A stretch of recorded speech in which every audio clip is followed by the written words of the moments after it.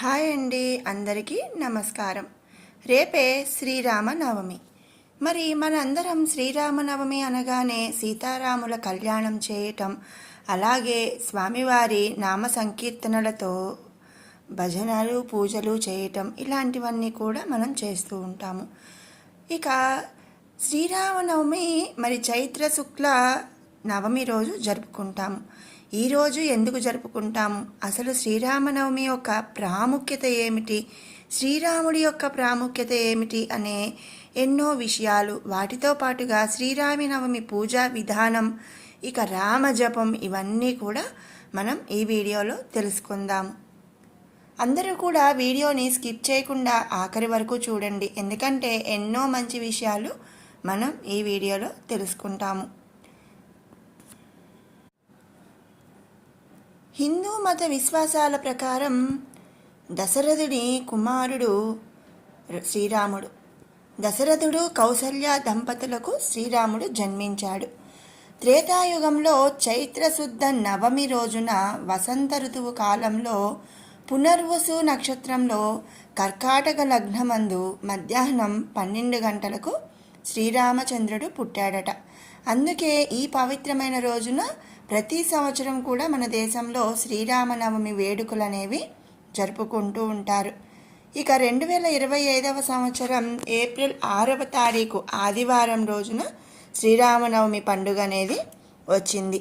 శ్రీరాముడు మధ్యాహ్న సమయంలో జన్మించాడు. అందుకనే ఈ పర్వదినాన పూజలన్నీ కూడా మధ్యాహ్నం సమయంలో నిర్వహించాలని పండితులు చెబుతుంటారు.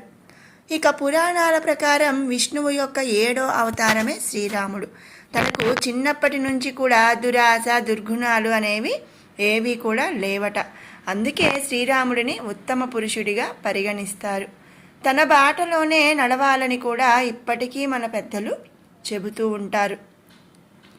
తన రాజ్యంలో ఎవరికి ఏ కష్టం రాకుండా ఆదర్శవంతమైన పాలన సాగించారని చరిత్ర ద్వారా మనకు తెలుస్తుంది.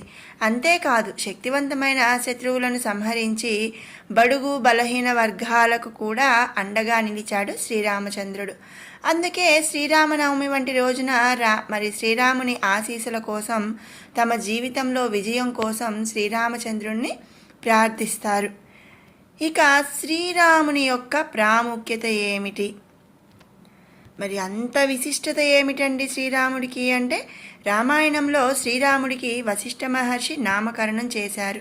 ఇందులో రమంతే యోగినో యత్ర రామ అని ఒక అర్థం. అంటే ఏంటి అంటే, యోగీశ్వరులు ఏ దేవుడి నుంచి ఆస్వాదన చెందుతారో వారే రాముడు అని చెప్పి అర్థం అన్నమాట.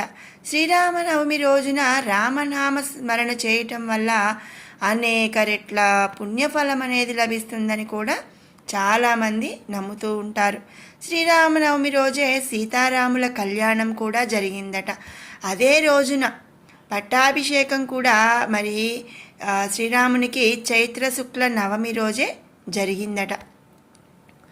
అందుకనే మన తెలుగు రాష్ట్రాలతో పాటు దేశవ్యాప్తంగా కూడా సీతారాముల కళ్యాణం అనేది చైత్ర శుక్ల నవమి రోజు నిర్వహిస్తూ ఉంటారు.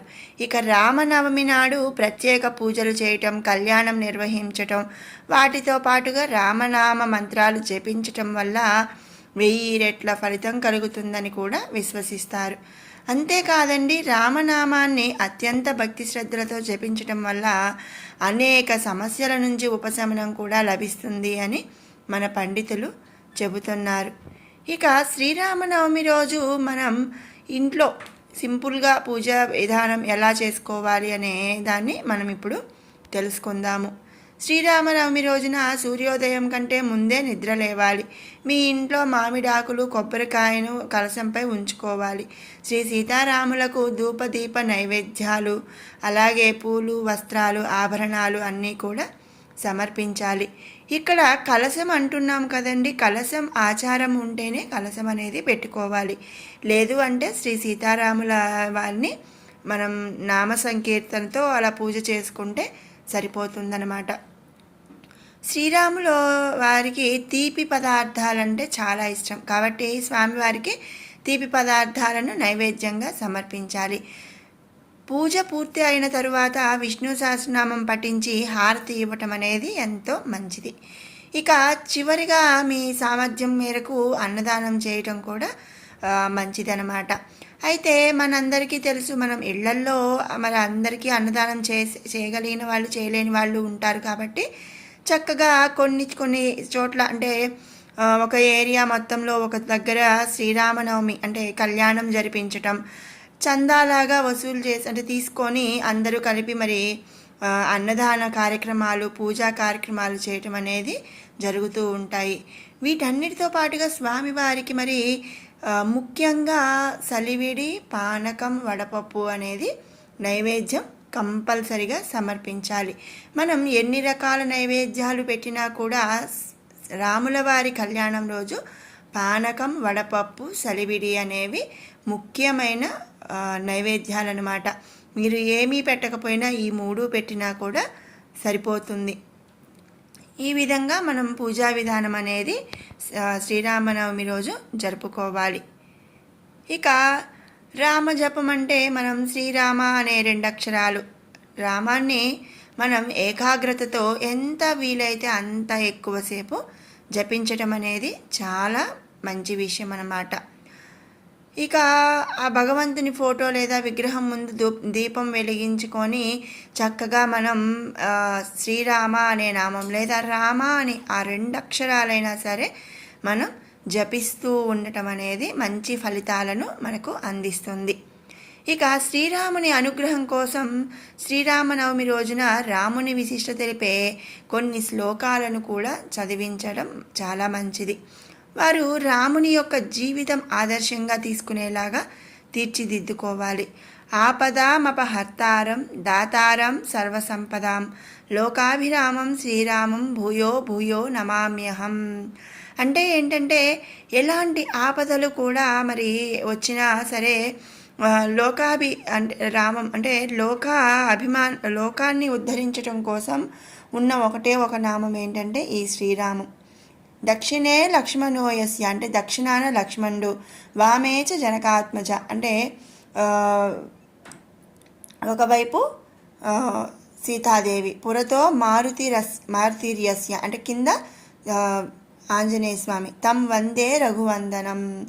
ఇట్లా ఒకవైపు లక్ష్మణుడు దక్షిణం వైపు, ఉత్తరం వైపు సీతాదేవి, కింద ఆంజనేయుడితో కలిసి ఉన్న శ్రీరామునికి నమస్కారం.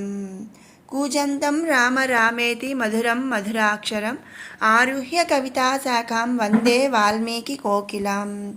ఇది వచ్చేసరికి వాల్మీకిని మనం తలుచుకునే నామం అన్నమాట. రామ రామేతి మధురం మధురాక్షరం, ఇవన్నీ అంటే రామ అనే మధురమైన మధురాక్షరాన్ని రచించిన వాల్మీకి మనం నమస్కరిస్తున్నాం అన్నమాట. ఈ శ్లోకాలను పఠించడం వల్ల శ్రీరాముని అనుగ్రహం తప్పకుండా లభిస్తుంది అని చెప్పి చాలామంది నమ్ముతూ ఉంటారు. ఈ శ్లోకాల్లో ఏంటి అంటే మరి శ్రీరాముని గురించి, శ్రీరామునికి వందనం చేస్తూనే తన తమ్ముడైన లక్ష్మణుడు, మరి భార్య అయిన సీతాదేవి, మరి ఆయన అనుచరుడైన ఆంజనేయ స్వామి వీళ్ళందరినీ కూడా తలుచుకుంటూ ఆయనకి మనం నమస్కరిస్తున్నాము. అలాగే రామాయణం రాసిన వాల్మీకిని కూడా మనం స్మరిస్తున్నాము. ఇక వీటితో పాటుగా చదవగలిగిన వాళ్ళైతే సుందరాకాండ కూడా పఠిస్తే ఎంతో మంచిది. శ్రీరామనవమి రోజున రామభక్తులందరూ కూడా శ్రీరాముడిని స్మరించుకోవాలి. ఈ రోజున సుందరాకాండను కూడా పఠించాలి. ఎక్కడ అంటే సుందరాకాండ అంటే ఏంటి అంటే ఆంజనేయ స్వామికి సంబంధించిన ఇదనమాట. రామాయణం మొత్తం కాండలుగా ఉంటాయి. ఈ అంటే అయోధ్యకాండ, బాలకాండ, మరి యుద్ధకాండ ఇలా ఉన్న వాటిల్లో ఒకటి సుందరాకాండ. ఇందులో మరి అంతా ఆంజనేయ స్వామి గురించి కూడా ఉంటుంది. ఇక ఎంతో సంతోషకరంగా ఉండాల్సిన వైవాహిక జీవితం కోసం సీతారాములను పూజించాలి. మీ జీవితంలో కష్టాల నుంచి విముక్తి పొందడానికి గంగా జలాన్ని లేదా ఏదైనా పవిత్ర నది నీటిని ఒక పాత్రలో తీసుకొని ఓం శ్రీం హ్రీం క్లీం రామచంద్రాయ శ్రీ నమః అనే మంత్రాన్ని 108 సార్లు జపించటం అనేది కూడా ఎంతో మంచి విషయం అన్నమాట. ఇక ఈరోజు చేయగలిగిన వాళ్ళు దాన ధర్మాలు కూడా చేస్తే మంచి ఫలితాలను ఇస్తాయి. మరి పురాణాల ప్రకారం రాముడు పసుపు రంగు వస్త్రాలను ఇష్టపడతారట. కాబట్టి మనం ఎవరికైనా సరే రామాలయంలో చక్కగా పసుపు రంగు వస్త్రాలను సమర్పించినా కూడా మనకు మంచి ఫలితాన్ని ఇస్తుంది. ఇలా మరి శ్రీరాముడిని సంతోషపరచాలి. దీంతో మీ ఇంట్లో ఆనందం పెరుగుతుంది, అలాగే శుభ ఫలితాలు వస్తాయి అని మన పండితులు చెబుతున్నారు. కాబట్టి శ్రీరామనవమి రోజు ఇలా దాన ధర్మాలు, రామజపము, మరి సుందరాకాండ పారాయణము, వీటితో పాటుగా శ్రీ సీతారాముల కళ్యాణం, ఇలా ఎన్నో విషయాలు చేయవచ్చు అన్నమాట. మరి తెలుసుకున్నారు కదండి శ్రీ సీతారామ కళ్యాణం శ్రీరామనవమి రోజు ఎందుకు జరుపుకుంటాము, మరి శ్రీరాముని యొక్క విశిష్టత ఏమిటి, రామనవమి యొక్క విశిష్టత ఏమిటి, ఆ రోజు చేయవలసిన పనులు ఏమిటి, మరి పూజా విధానం ఏమిటి అనే విషయాలు మీకు ఈ వీడియో నచ్చినట్టయితే లైక్ చేయండి, షేర్ చేయండి. అలాగే మరిన్ని ఇలాంటి ఇంట్రెస్టింగ్ వీడియోస్ కోసం మన షడ్రుచులు బై కిరణ్ అనే ఛానల్ని సబ్స్క్రైబ్ చేసుకోండి. మరొక మంచి వీడియోతో మళ్ళీ కలుసుకుందాం. అందరికీ కూడా శ్రీరామనవమి